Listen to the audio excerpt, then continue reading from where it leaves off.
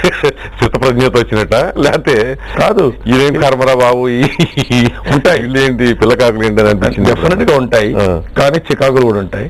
ఆ చికాకులు అలా చెప్పాము, రియాక్ట్ కాలేము, అవసరం కూడా అవసరం కూడా లేదు. ఎదురు మాట్లాడుతూ ఉంటారు.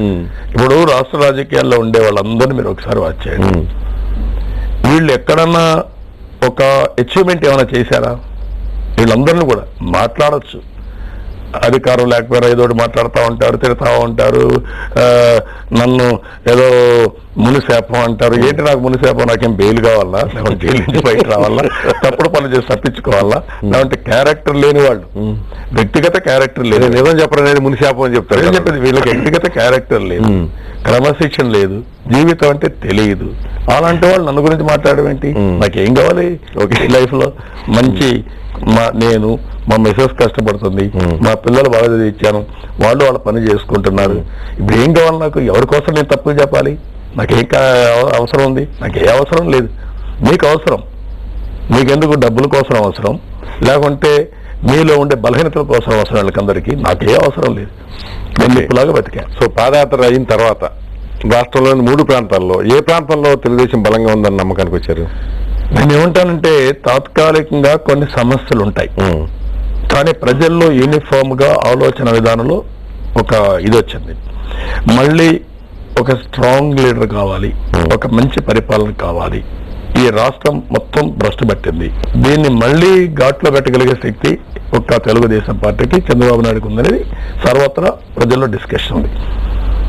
అది అక్కడ లీడర్షిప్ను బట్టి, అక్కడ పరిస్థితులు బట్టి కొంత అటు ఇటు యాడ్ అవుతుంది తప్ప యూనిఫామ్ గా అన్ని ప్రాంతాలు ఇది వచ్చింది.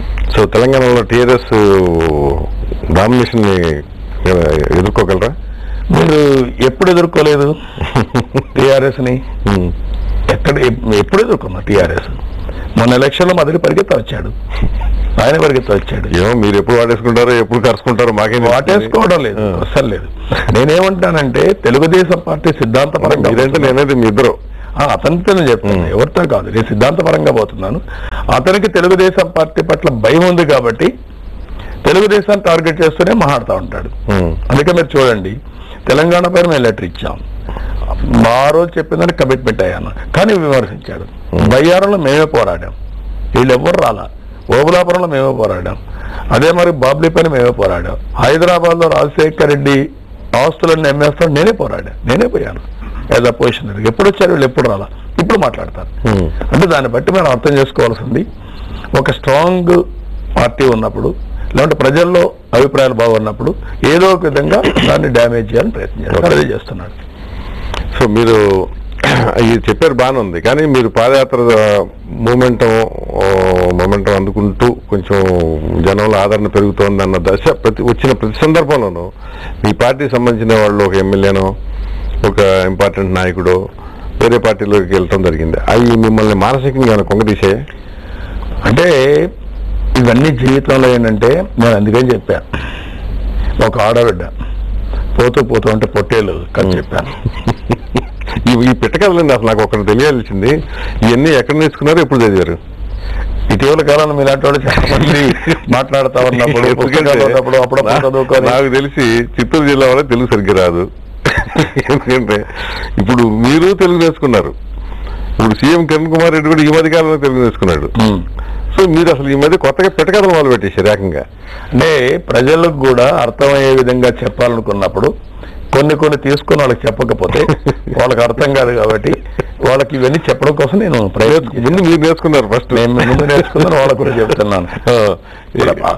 ప్రజల్ని చైతన్యవంతులు చేయాలంటే ఇలాంటివన్నీ చెప్తే తప్ప వాళ్ళకు కూడా ఎప్పుడు సీరియస్ గా చెప్పిన అర్థం కాదు. కొంచెం దాంట్లో కొంచెం హాస్యం ఉండాలి. ఈసారి మీటింగ్ లో మీరు చూస్తే నేను మాట్లాడడం, కొన్ని కథలు చెప్పడం, ప్రజల్ని చైతన్యవంతులు చేయడం.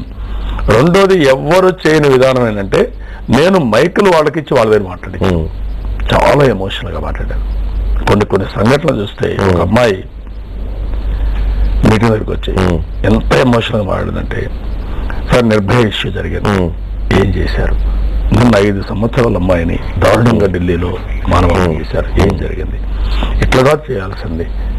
ఎవరైతే అలాంటి తప్పుడు పనులు చేస్తారో, నిర్భయ ఎంత బాధపడి చనిపోయిందో ఆ విధంగా వీళ్ళని కూడా హింస పెట్టి చంపేయాలి. అనే ఎమోషన్ అన్నమాట. అవును, అది చాలా దేశవ్యాప్తంగా కలిగిన భావం. ఆ అమ్మాయి ఇదనమాట. అవును, మామూలుగా చంపేస్తే అది ఇష్యూ కాదు సార్, అట్లా చంపితేనే వాళ్ళకి బుద్ధి వస్తుంది అనమాట. ఒక అమ్మాయి అయితే ఎంత బాధ వేస్తుందంటే చూస్తే, సార్ మా ఇంటి ముందర మేము కొంగు కప్పుకొని తిరుగుతున్నాం. ఎందుకంటే ముసుగేసుకొని తిరుగుతున్నాం. ఎందుకు ముసుగేసుకొని తిరుగుతున్నాం అంటే ఏ దుర్మార్గుడు ఏం చేస్తారో తెలియదు. అంటే మా ఇంటి ముందర మేము స్వేచ్ఛగా బట్టలు కట్టుకొని తిరిగే పరిస్థితి లేదంటే, ముఖం చూపించే పరిస్థితి అంటే ఎక్కడికి పోతున్నాం. ఓకే, సో ఇప్పుడు ప్రజాశక్తి తెలకపల్లి రవి గారు లైన్లో ఉన్నారు, ఆయన మాట్లాడుతున్నారు. తర్వాత మళ్ళీ నేను ఒకటి అడుగుతాను మిమ్మల్ని. రవి గారు నమస్తే అండి. మీరు రవి గారు నమస్కారం. చంద్రబాబు గారు నమస్కారం. నమస్కారం రవి గారు. మీరు నమస్కారం సార్.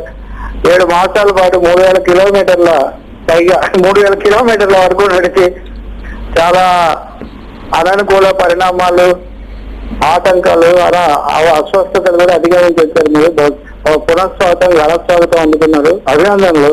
సంతోషం అండి. ఆర్కే గారు ఎలాగో ఇంకా అడగడానికి ఏం మిగల్చారనే విషయం అందరికీ తెలుసు. ఇప్పుడు మీరు బయలుదేరినప్పటికీ ఇప్పటికీ మీకు ప్రధానంగా ఏమనిపిస్తుంది చంద్రబాబు గారు? ఒకటే రవి గారు, ఇప్పుడు ఏంటంటే నేను పరిపాలనలో 9 ఏళ్ళు నేను ముఖ్యమంత్రిగా ఉండడం, దగ్గర మళ్ళా ప్రతిపక్షంలో ఉండడం, సుదీర్ఘమైన రాజకీయాల్లో నేను ప్రముఖ పాత్ర వహించడం అన్ని జరిగింది. ఎప్పుడైతే నేను ప్రజల్లో దగ్గరికి పోయానో, అంటే ఇంత మునుపు కూడా చాలా సందర్భాల్లో నేను ప్రజల్లోకి వెళ్ళాను. నేనే వినూత్నమైన కార్యక్రమాలు, జన్మభూమి, ప్రజల వద్దకు, పాలన, శ్రమ దానం, ఇలాంటి కార్యక్రమాలు చేశాను. కానీ ఇప్పుడు ప్రజల్లోకి ఇంటెన్సివ్ గా వెళ్ళగలిగాను, దగ్గరికి వెళ్ళగలిగాను. దగ్గరగా వెళ్ళినప్పుడు వాళ్ళ సమస్యలు 7 నెలలు నా మనసులో తిరుగుతున్నాయి.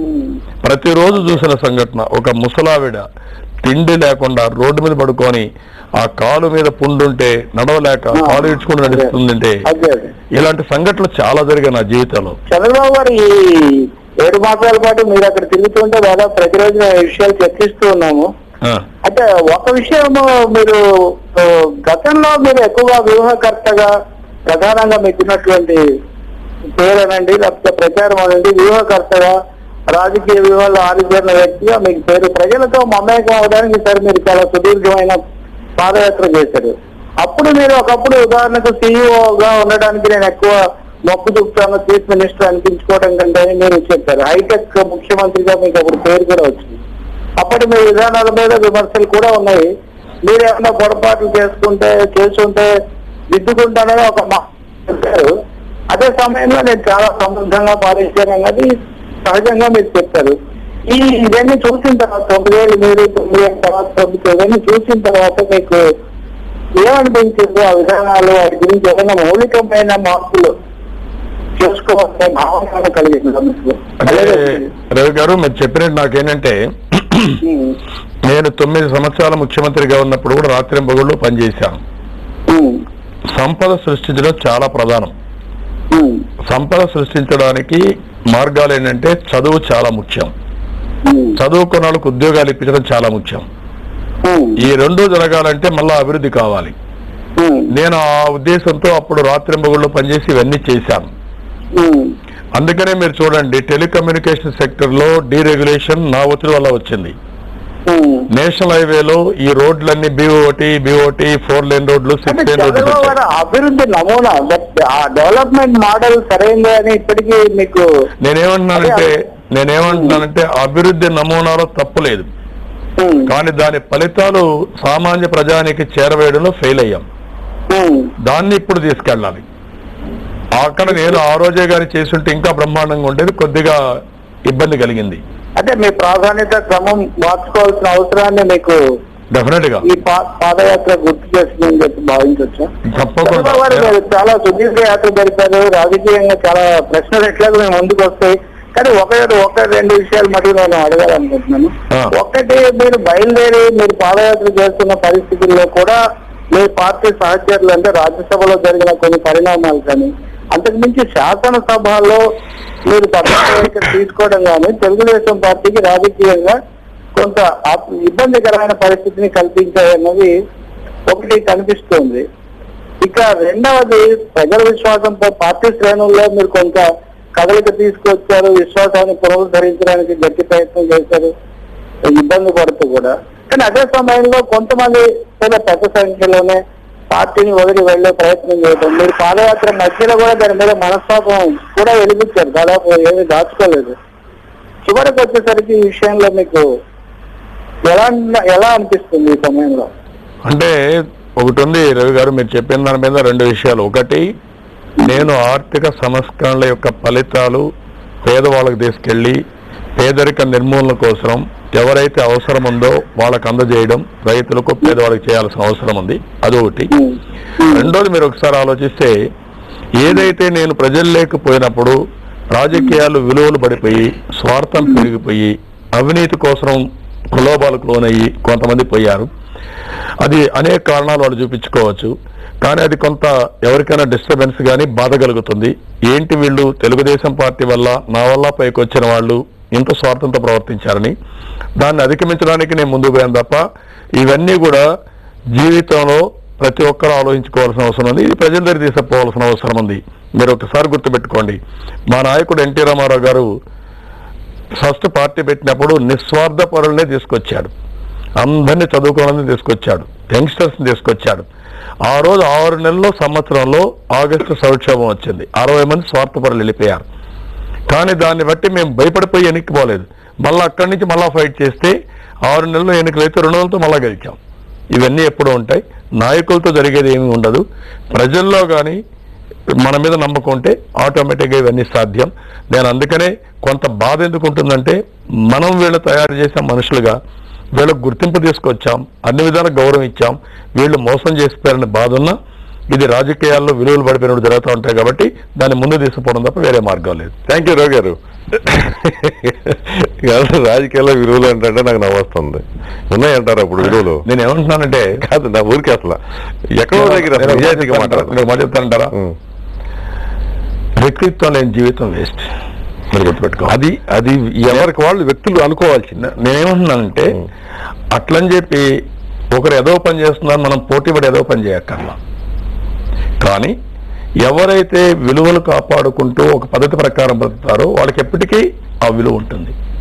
లేకపోతే తాత్కాలికంగా ప్రలోభాలు, తాత్కాలికంగా ఆనందాలు ఉండొచ్చేవో. కానీ ఇప్పుడు మీరు ఒక మాట అడిగారు, నన్ను ఒక ఆయన ప్రెస్ ఆయన వచ్చి అడిగాడు ఒకసారి, ఎప్పుడైనా మీకు మీ ఇల్లు చూసిన తర్వాత, జగన్మోహన్ రెడ్డి ఇల్లు చూసిన తర్వాత మీకేమైనా బాధ కలిగింది అని నేను అడిగారు. లేదా ఆనందం కలిగిందని చెప్పి. ఎందుకన్నాడు, అంత ఇంట్లో ఉంటే దెయ్యాల కొంపలో ఉంటుంటారు, నాకెందుకు అంత ఇల్లు, ఒక 3 బెడ్రూమ్లు, ఒక గెస్ట్ రూమ్, చిన్న రూము, 2 బెడ్రూమ్లు, నాకు మా అబ్బాయికి సరిపోయింది, ఆనందంగా ఉన్నాను, ఎందుకంటే ఏం కావాలి మనిషికి అని అడిగాను. కాబట్టి మనిషి ఆలోచన బట్టి మీరు చెప్పినట్టు ఉంటాయి తప్ప, తప్పకుండా మీరు గుర్తుపెట్టుకోవాల్సింది సింప్లిసిటీ, ఒక పద్ధతి అనేది ఎప్పటికైనా శ్రీరామ రక్ష. అది మర్చిపోయేసి ఆయన పరిగెత్తాడు మనం పరిగెత్తాలి ఇంకొకరు పరిగెత్తాలనుకుంటే తాత్కాలికంగా ఆనందం ఉంటుంది, శాశ్వతంగా దుఃఖం మిగులుతుంది. సో ఇప్పుడు రేపొద్దున అధికారం అవకాశం కలిపి వచ్చిన జగన్మోహన్ రెడ్డి మోడల్ మాత్రం ఫాలో గారా? నాకు ఎందుకు అవసరం? నేను ఒకటి అడుగుతున్నా, 35 సంవత్సరాలు నేను మెయింటైన్ చేసిన వ్యక్తిత్వం కానీ, క్రమశిక్షణ కానీ, క్యారెక్టర్ కానీ దేనికోసం మెయింటైన్ చేసి అనుకున్నారు? నేను చూడని అధికారం రేపేం వస్తుంది నాకు? నేను 9 ఏళ్ళు సీఎం, నేషనల్ లెవెల్లో అన్నీ చూశాను. రెండోది అపోజిషన్లో ఉన్నాను. నేను చిన్నప్పుడే అనుకున్నాను. 9 ఏళ్ళు అధికారంలో ఉన్నారు, ముఖ్యమంత్రిగా చేశారు. ఇవాళ జిల్లా స్థాయిలో చాలా పార్టీ కార్యాలయాలకి అద్దెలు చెల్లించలేక, ఫోన్ బిల్లులు చెల్లించలేక నేనేమంటున్నానంటే, అది కూడా నేను పార్టీ రన్ చేయగలుగుతాను అనుకున్నప్పుడు నేను ఏదైతే హెల్ప్ చేయలేకపోయినా శ్రేయోభిలాషుల ముందుకు వచ్చి హెల్ప్ చేశాను. నేను టూరు పోయినప్పుడు చాలా మంది వాలంటరీగా స్వచ్ఛందంగా డబ్బులు ఇచ్చారు. నాకు ఆశ్చర్యం వేసింది. మారుమూల ప్రాంతాల్లో 1 లక్ష రూపాయలు ఇచ్చారంటే ఎంత ఆనందం అంటే వాళ్ళ కమిట్మెంట్కి మనస్ఫూర్తిగా అభినందిస్తున్నాను. అట్లనే ఉన్నాయి డబ్బులు అనేటివి రాజకీయంలో. నేను అందుకే ఒక మాట చెప్పాను, డెఫినెట్గా రాజకీయాల్లో ప్రక్షాళన జరగాలి, రాజకీయ పార్టీలు విరాళాలన్నీ కూడా లెక్కలు రావాలి. రెండోది, ఎలక్షన్లో కూడా రిఫార్మ్స్ సంస్కరణలు తీసుకురావాలి. ఈ 2 రాకపోతే రాజకీయాల్లో మనం పడే కష్టానికి కూడా మనకు గుర్తింపు రాదు. ఇప్పుడు దుర్మార్గులతో, అవినీతి పనులతో మంచిగా ఉన్న జీవితాంతం త్యాగాలు చేసిన వేస్ట్కి అది వేస్ట్ చేస్తున్నారు. దేనికోసం నేను పోటీ కష్టపడి పడలేరు కదా. దేనికోసం కష్టపడి ఇన్నేళ్ళు నేను మెయింటైన్ చేశానండి, ఇప్పుడు నాకు ఎందుకు అవసరం వస్తుంది? సో రెండు